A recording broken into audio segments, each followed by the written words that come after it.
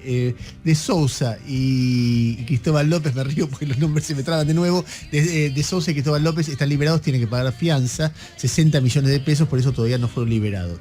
Gerardo Ferreira de Electroingeniería sí fue liberado, habló acá en esta radio con Ale Berco la semana pasada, y entre los liberados también está Fernando Esteche. Fernando Esteche está liberado, estaba preso por la causa del memorándum de entendimiento de Argentina con Irán, y Fernando Esteche está en línea con nosotros.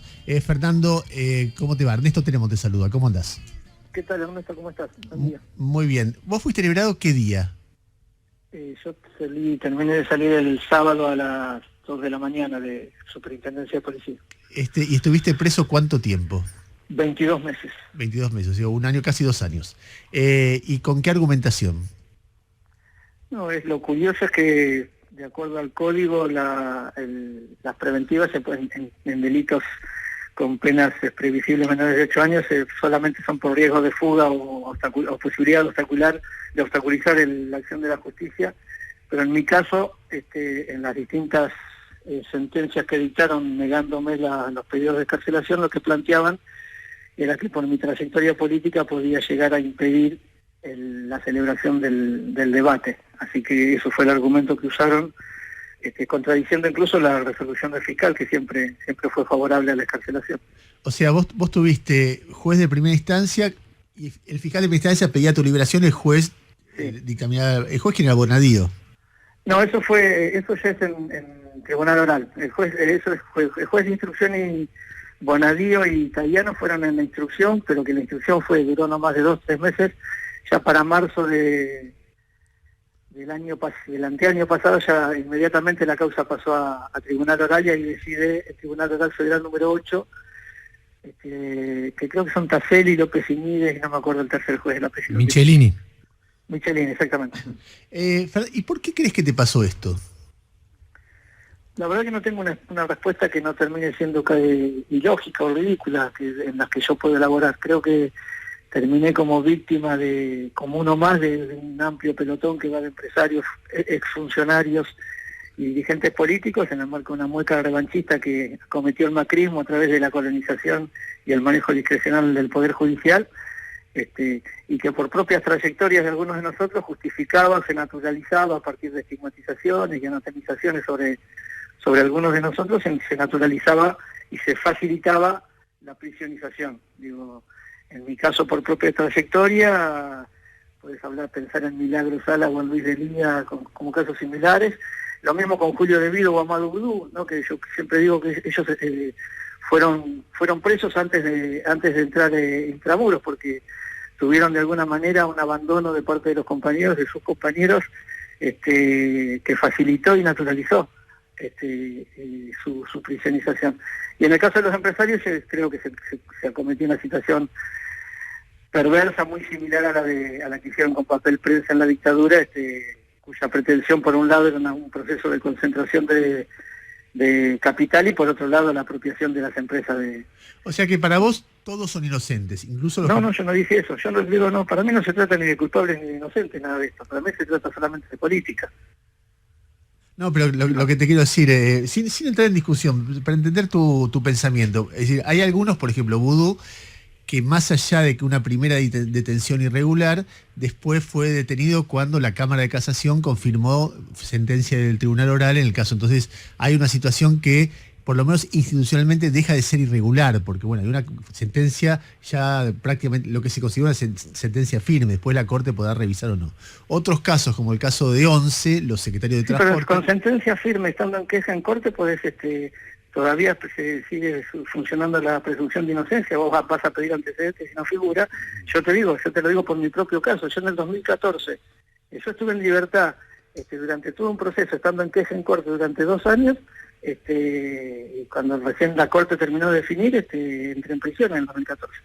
Está bien, lo que te quería decir es que la Corte en la discusión de en qué momento tiene que ir en cana alguien, parece haber jurisprudencia respecto de que si la Cámara de Casación, ya después del Tribunal Oral de primera instancia... te pongo mi caso concreto. En mi caso hay jurisprudencia de lo contrario.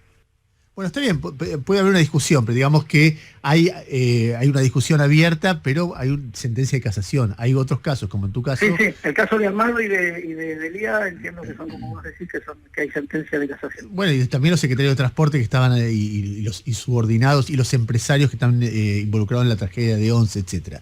Hay otros, como sí, Once ahí está dividido en dos esa causa. Entiendo que en una hay casación, en la otra no. Sí, en debido no, pero en todos los demás sí. Lo que quiero decirte es que hay situaciones distintas. En tu caso claro. En tu caso ni siquiera fuiste condenado, ni siquiera tenés un hecho de corrupción que vos decís, bueno, en el caso de Vudú se discute tal cosa, en el caso de Debido tal otra. En tu caso, memorándum, que además ya había sido liberado de Lía por la misma causa, con lo cual no se entiende por qué tardó tanto, ¿no?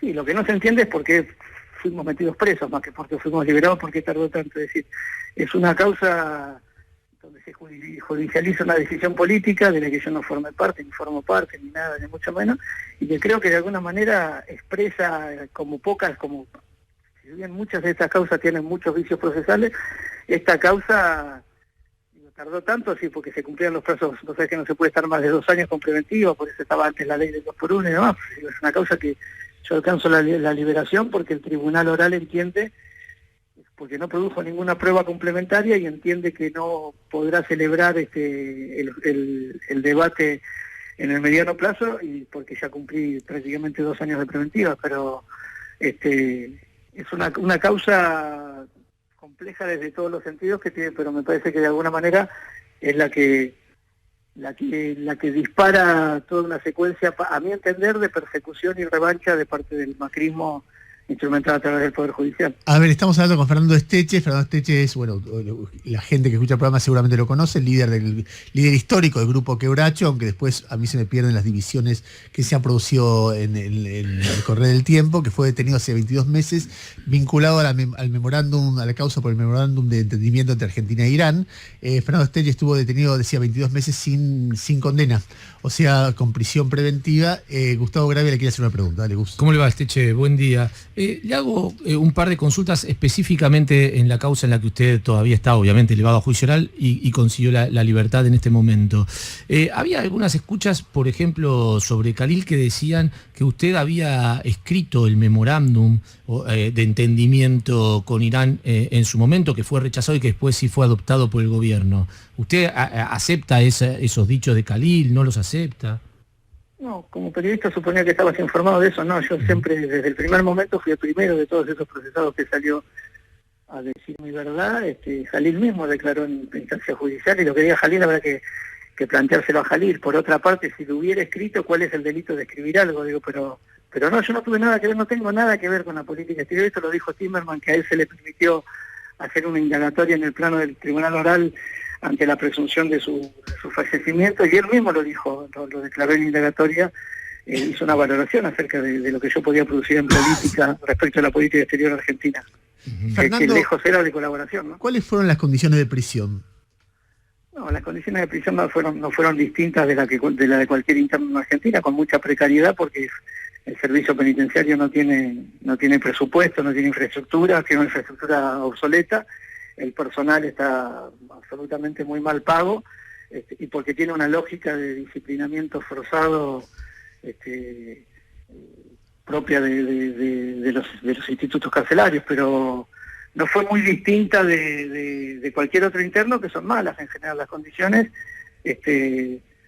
pero no sé qué más podría decir. Claro, que fueron... claro. Esteche, vuelvo sobre la actuación de la justicia en su caso, y tomaron como indicio en su momento, para relacionarlo a usted con Irán, que supuestamente Irán financió la primera fianza que usted tuvo para salir de prisión en 2007. ¿Esto es cierto? ¿No es cierto? ¿Esto constituye algún tipo de delito? No, primero sí, el delito es que a partir de un indicio se tome un instituto judicial sobre una persona. Ese es el delito. Uh-huh. Eso creo que es una especulación tuya o de alguien, pero no de la justicia.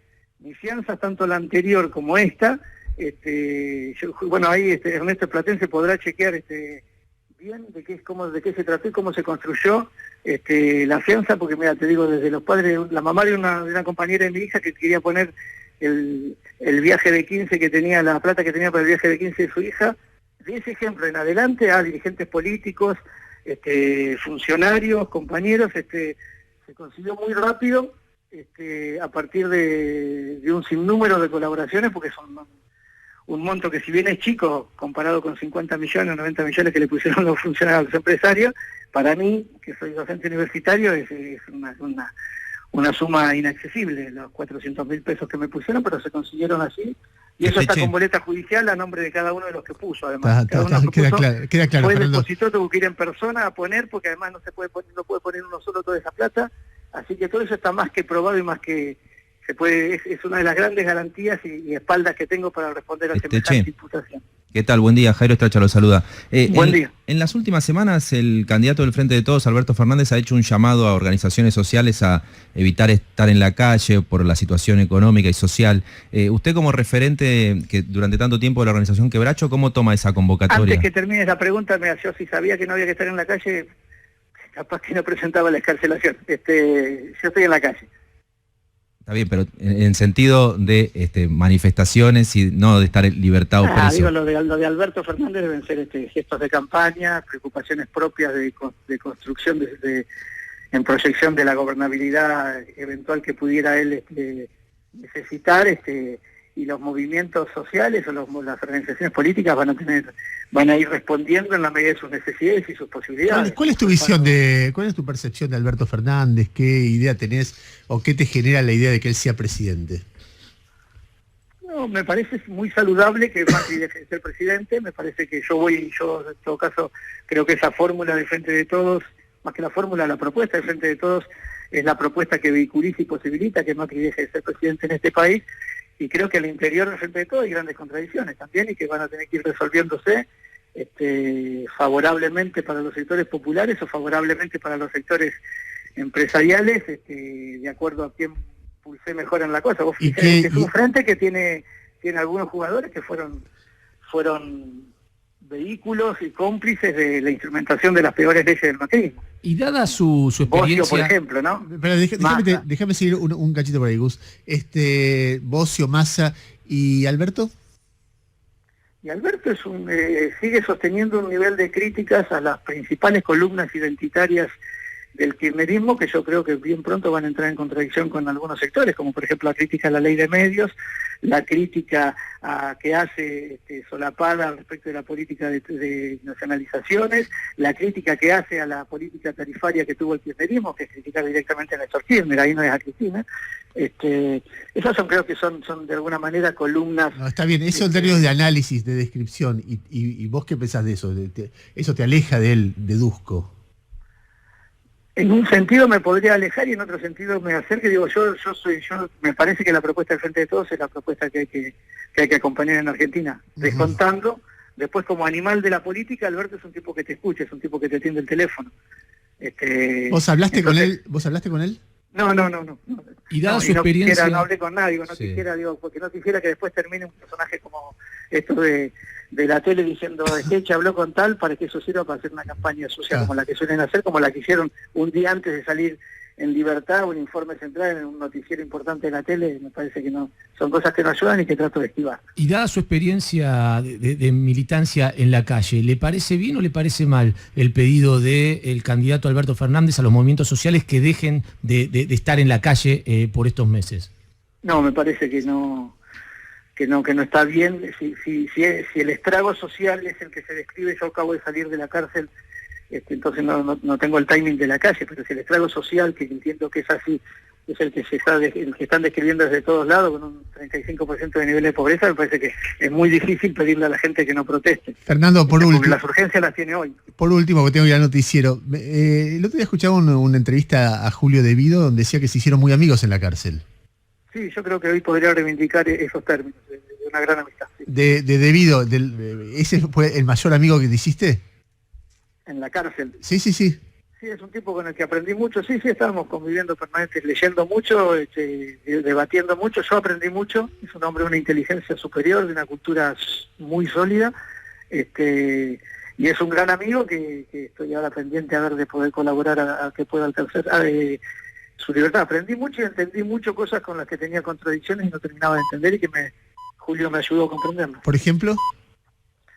Por ejemplo, vos sabés que yo fui muy crítico del proceso del kirchnerismo en general, en toda la primera etapa, digamos, los primeros 8 o 9 años del kirchnerismo fui muy crítico y un ferviente opositor, fue el repositor, y él contándome a través de los libros que escribió, de explicarme el plan de desarrollo estratégico territorial, de explicarme la gradualidad de la política, los acuerdos que tenían que hacer con sectores concentrados del poder o con sectores internacionales o con sectores del poder telúrico doméstico, si querés, fui entendiendo cosas que uno desde la consigna las plantea más desde la consigna que desde la política, y me parece me ayudó a entender la política.